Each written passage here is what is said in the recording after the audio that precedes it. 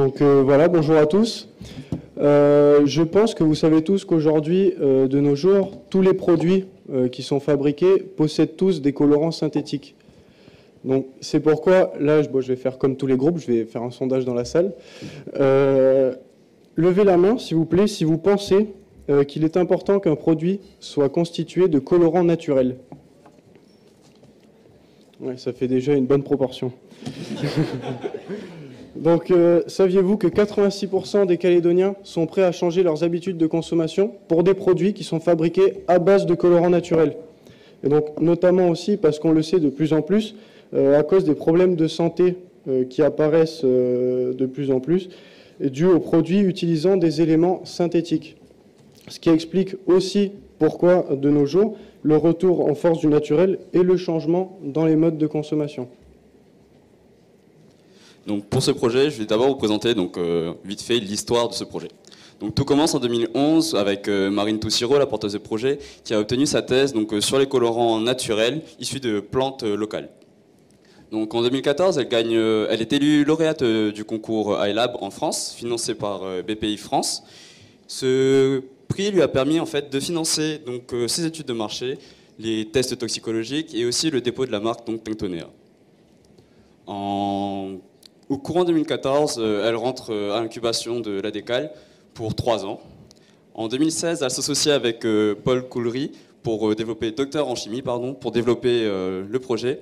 Et en 2017, elle présente son projet à l'Institut Dang, qui souhaite soutenir ce projet car c'est un projet innovant, par sa démarche aussi, et aussi parce qu'il est pensé par une Calédonienne pour la Calédonie. Donc en courant 2017, la société rentre en accélérateur d'entreprise à la Décale, et pour 2018, une étude de marché ainsi qu'un autre brevet devait être déposé. Donc là, comme vous pouvez le voir, c'est l'équipe au complet. Donc en haut, vous avez Marine Toussiro et Paul Coulery, qui sont donc les deux porteurs de projet, qui sont tous les deux docteurs en chimie des substances naturelles. En bas à gauche, vous avez Christian L'Oréal, qui est aussi notre tuteur pour le projet, qui est directeur de l'Institut André Dang, qui s'occupe de l'ingénierie de tout le projet, donc qui va vraiment accompagner le projet du début jusqu'à la fin. Et enfin, en bas à droite, vous avez Jean-Pierre Dang, donc, qui est l'actionnaire et le gérant de la SARL NC Bioresources. Le projet Tectonea va vraiment servir un intérêt commun pour le pays. Ça va être celui de participer au développement durable en Nouvelle-Calédonie. Et ça va passer par 3-4 grandes missions. Donc la première, ça va être de proposer des produits naturels originaux de haute qualité, de valoriser la flore locale, de développer une démarche éco-responsable tout en diversifiant l'économie calédonienne. Donc maintenant, nous allons voir le processus de production en fait, de ces colorants. Donc tout d'abord, cela part par la recherche et le développement. Donc, afin de proposer aux entreprises et aux particuliers des colorants et pigments à forte valeur ajoutée ainsi que de haute qualité environnementale. Donc, on passe par la recherche et le développement d'une petite partie en fait, de colorants qui devront passer une série de tests. Si les tests sont confirmés, on passera du coup à une plus grande échelle. Donc, pour produire ces colorants, on part d'abord de la plante, comme vous pouvez le voir, puis à l'extraction et à la concentration finale du colorant. Donc toutes ces étapes en fait, ont permis de proposer à ce jour ce nuancier de couleurs. Et donc comme vous pouvez le voir, donc, nos cravates, le nœud papillon et les 2 écharpes sont faits avec des colorants naturels, spécialement faits par Marine. Donc voilà, ça donne un bon résultat quand même. Donc notre projet privilégiera surtout 2 secteurs d'activité, donc le cosmétique et le textile sur des secteurs bio et luxe. Donc pour le cosmétique, ce sera essentiellement des pigments proposés aux industriels, et pour le textile, ce sera des colorants naturels ainsi que des produits finis pour les industriels. Mais cependant, pour tester l'attrait en fait, du marché calédonien dans son ensemble, nous proposerons des colorants et des produits finis aux consommateurs, donc en B2C, comme ce qu'on porte. Donc, afin de mener au mieux ce projet, l'investissement global va être de 30 millions de francs CFP. Donc, ces 30 millions-là vont servir déjà au financement du système de production. Ça va être toutes les machines en rapport avec l'activité.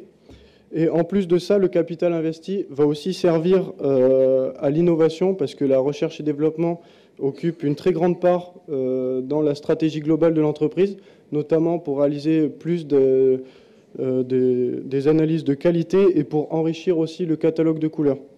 Donc, avec des subventions prévues à hauteur de 10 millions de francs CFP, le besoin réel de financement serait donc de 20 millions de francs CFP. Donc, comme vous le voyez ici donc sur le graphique, il va y avoir 3 années tests en Nouvelle-Calédonie, donc, où notamment le résultat net va devenir positif entre 2019 et 2020. Ces 3 années tests-là vont servir vraiment à tester le marché local et voir l'intérêt que peuvent avoir les consommateurs pour le produit. Mais aussi, pendant ces 3 années-là, on va aussi récupérer une nouvelle étude de marché et créer, ça c'est vraiment quelque chose de très important, de créer une filière d'approvisionnement localement, ici sur le territoire. Et en plus aussi, d'ici fin 2017, de récupérer donc les subventions à hauteur des 10 millions. Une fois ces 3 années passées, donc à partir de 2020-2021, il y aurait donc une exportation prévue, un développement à l'international prévu, notamment sur la zone Asie-Pacifique et en Europe aussi. Donc pour éviter cette morosité, on va vraiment développer au maximum ces colorants naturels-là et développer la flore locale. Voilà. Et donc pour finir, surtout n'hésitez pas, il faut vraiment rester naturel. Voilà. Merci à vous.